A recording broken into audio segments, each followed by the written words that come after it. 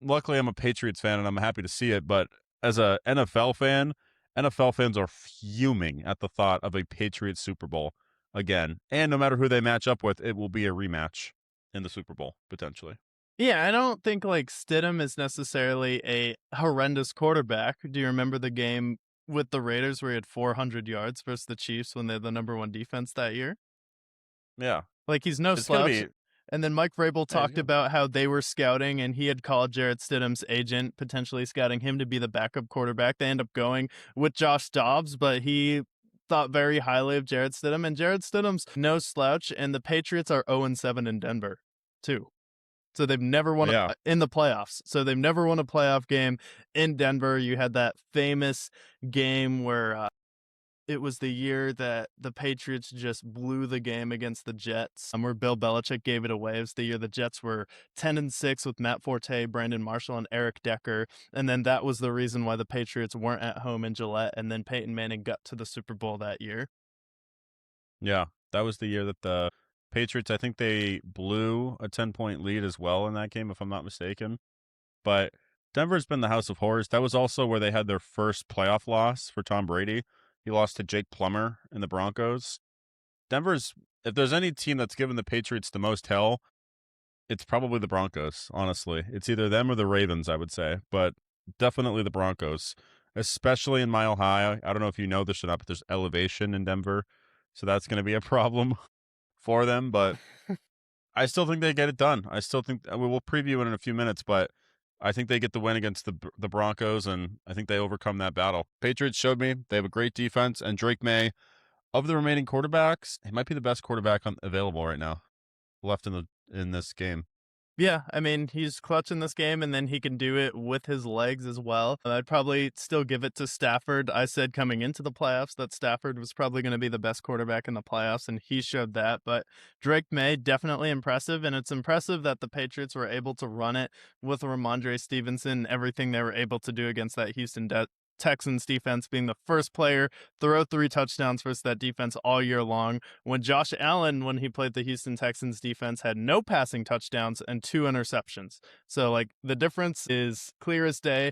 The difference between I feel like Josh Allen and Drake May is, first of all, Josh Allen wasn't good until year 3. Drake May is going to be in the conference championship in year 2, and he's younger than Josh Allen was at that point. And then also he's someone that just seems very chill. He's not too emotional. He's not going to be crying in a press conference if he loses. And he's going to be taking exactly what the defense gives him. He's not going to really force anything. He does have the fumbling issues in the pocket, but overall, he doesn't have the same issues just forcing the ball down the field that Josh Allen did. And he wasn't wildly inaccurate his first 2 seasons, where when he threw it to Booty, it was on a rope, and that was the only place that he could get it. Yeah, not only that with Drake May and I think we can zoom out from Josh Allen. We can also look at other quarterbacks. Lamar, we can say this too. We can say this with Caleb. We can say this with Jalen Hurts. We can say this with Jordan Love. Number of other quarterbacks, Justin Herbert as well. He doesn't play hero ball, which I think is the biggest thing. The reason why I think he ends up delivering is he's okay with taking the check down. He's okay with not having to go for the big play. He just wants to get the first down, move the chains. And I feel like there's not a lot of quarterbacks in the NFL that do that. I think even Mahomes could be guilty of that from time to time, Stafford even. But the fact that he's willing to take the check down, move the chains, I think that's a very valuable trait that he has that few quarterbacks in the league have. Yeah, and with Josh McDaniels too, like you look at Josh McDaniels when you're talking about someone who is not really a great head coach, but he's just one of the best coordinators in the league. And I feel like a lot of guys like Mike McDaniels or other coordinators can go forward and take a look at that. Like you don't have to be the best head coach or a head coach to necessarily make a huge impact on the team. Josh McDaniels hasn't been a good head coach, but as an offensive coordinator, he's been amazing. And I think we can now say it wasn't just Brady, and the fact that him and Mike Vrabel has also been able to kind of develop this relationship together and turn this team around. Like Mike Vrabel's a defensive guy, so really a lot of the ownership on offense is going to be Josh McDaniels, and then Mike Vrabel is a very direct but fair head coach where he's going to point out what you did wrong, but he's not Bill Belichick, where it seems like it's more cold shoulders, moody, and aggressive, where he's a good guy to be around. He's very direct, and he's a firm but fair head coach, which I feel like is great. Yeah, and I feel like for the Patriots, moving on from the Belichick era the way they have, they get Mike Vrabel, who I think is the more modern version of Bill Belichick, player friendly, fair, but still very defensive oriented, still very details oriented. And then keeping Josh McDaniels, who I think is going to go down as one of the best coordinators of all time. I think you can also shout out Steve Spagnuolo on the defensive side as far Wade as great Phillips too. coordinators. Wade Phillips, another great comparison there. Like some coaches, I think are just better when they're focused in on one part of the ball. And head coach, it takes more than just your expertise on one side or the other. I think it also comes with who you hire, leading the locker room, motivating people. Maybe Josh McDaniels isn't a great head coach, but as a coordinator for the Patriots, I mean, he's been incredible, and he's coordinated other places and he's been successful. But like he's going to go down as the greatest coordinator of all time, or one of the greatest coordinators of all time. So Josh McDaniels also deserves a lot of praise. Yeah, and some coaches are better off when they just go out there and get in field goal range and kick the field goal. When you're in field goal range, transition to Ben Johnson and the Bears. You want to talk about someone who went from an offensive coordinator and did not learn about any of the failures that the Detroit Lions had. If you can take one thing from the Detroit Lions is that Dan Campbell went for it too much and it potentially cost them a trip to the Super Bowl in a year where they're going up against the San Francisco 49ers. And if they had just went for it, kicked the field goal and got for the point, they probably would have won. And then this is apparent on the first drive the Bears had. What do? They're in field goal range. Caleb Williams has an interception in this game. You have another time where you go for it and the Rams come up and stop you again, where instead of driving down the field to tie the game on one of the wildest plays I have seen in the playoffs all year long. I mean, if that doesn't remind you of just Ben Roethlisberger, Patrick Mahomes, Brett Favre,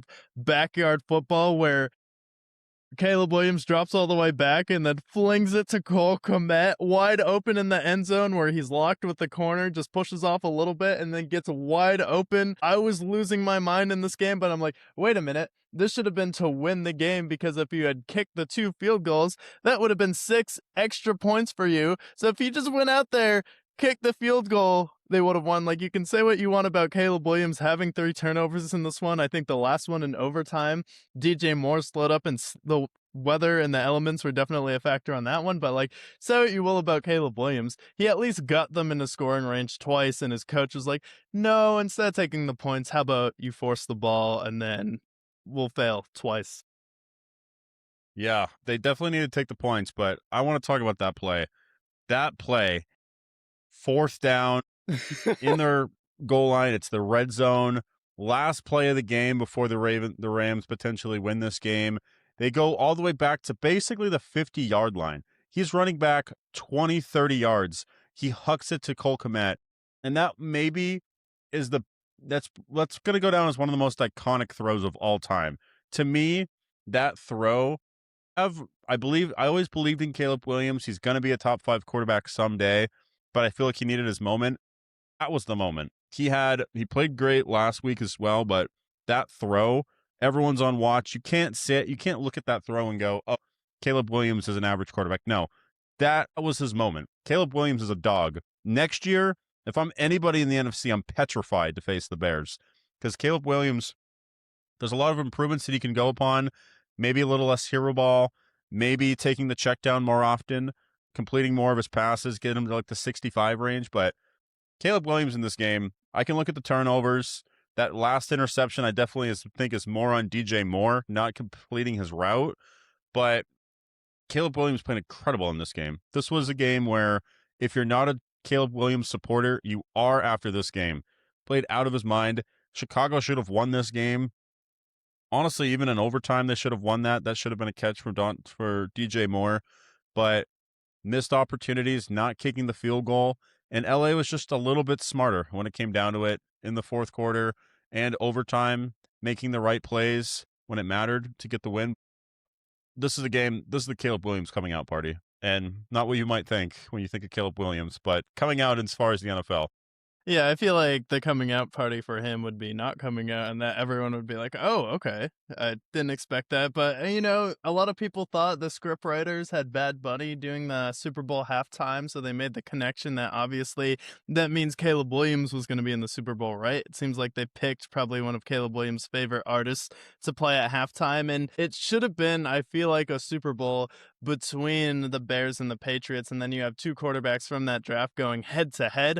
But yeah, it's another situation where Ben Johnson should have just taken the points, but now you have two iconic throws on fourth down you can point to for Caleb Williams that he's made, where he has the one to Roma Dunze in the Packers game where he has the jump pass to him, and that was on like 4th and 15, and he completed it. And then this game, when we were watching it, my friends, as soon as he saw like people blitzing him, he's like, "Oh, the game's over." And then he just turns around and throws it to Cole Kmet, and then we're like, "Oh my god!" And then we're in a upstairs section of the bar, but we just heard everyone screaming because it was all Bears fans. They're like, "Oh my god, Cole Kmet!" And then you stop the Rams in overtime, and I just don't understand why the Bears went away from the run game. Like, you got the ball in overtime. Why do we need to throw it every single time? Like, I felt like the play calling got a little bit too pass heavy at the end of the game where you could have fit in some more runs or at least plays to get D Swift in space.